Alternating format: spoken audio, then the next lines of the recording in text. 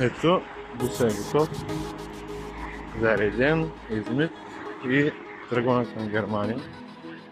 Ще ви държа да вземем някакви нови кола и здрави колички. Ще направя клипове по пътя, как се движим, докъде сме стигнали, колко време ни отнело. Пожелайте ми успех! Еми вече сме в София. Тръгнахме 11 часа, сега е 12:41. Всичко се движи по план.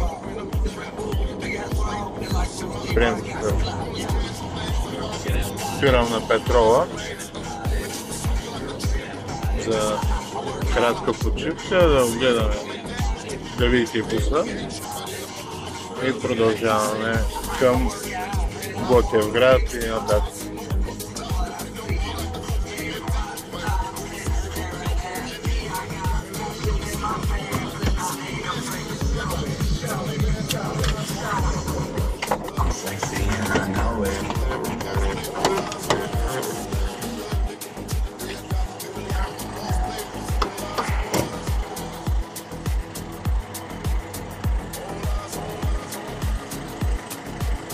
Еми, за в момента е това.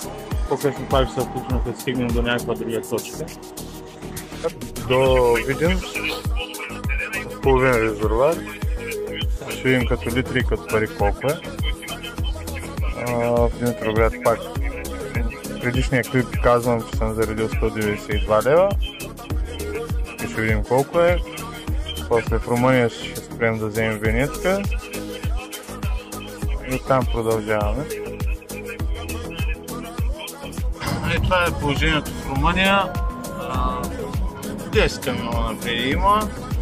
Аз пак се връщам към клипа, който гледах с тази кола, дето те нощ автогруп продават на Топич. Той каза 15 часа. Еми, 15 часа малко трудно да се случи. При положение, че Румъния кара 60, 80, 90 максимално, а реално 2000 колко километра, 2200 километра. Ако ги разделиш на 15, излиза средна скорост 150 в час.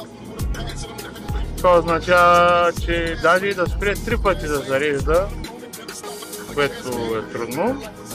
Той трябва да не пикай, да не ходи в нищо друго, само просто да спира да зарежда и да кара с 200 през цялото време, за да може да достигне 150 средна скорост. На европейските бензиностанции се зареждащи само, нека в България.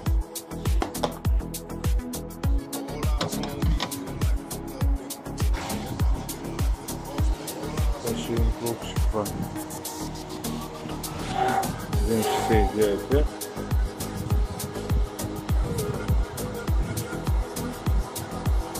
Пак карам, слизаш на Пандор.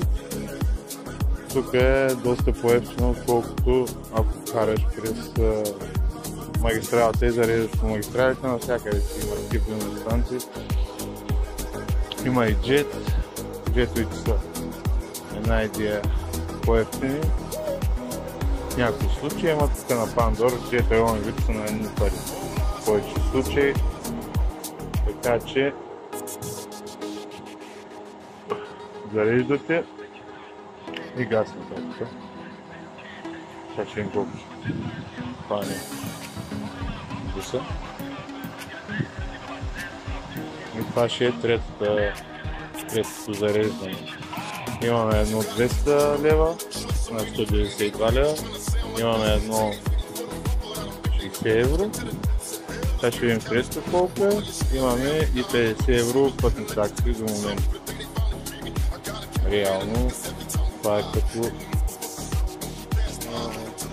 като разход за гориво и пътни такси. Ако слагате транзитните номера са 200 евро. В Германия за 15 дни Може да се направи сами сметката, едно докарване на една кола излиза в порядъка на 550-600 евро, ако е на ход, и от 700 до 1200 евро, ако е на подход.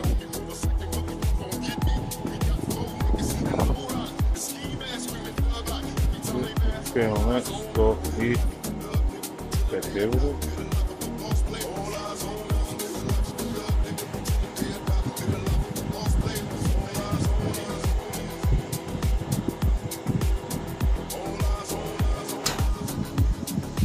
И 17.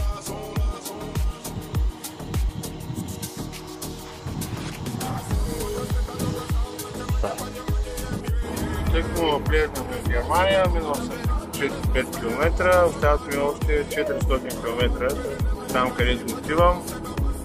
Сега е 10:40, тръгнах 13 часа от Димитровград. Имам още 4 часа път до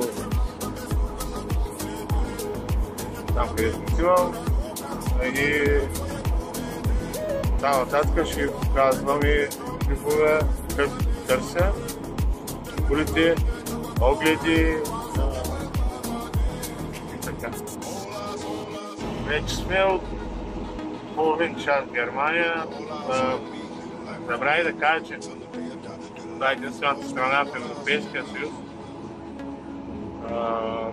която няма винетка.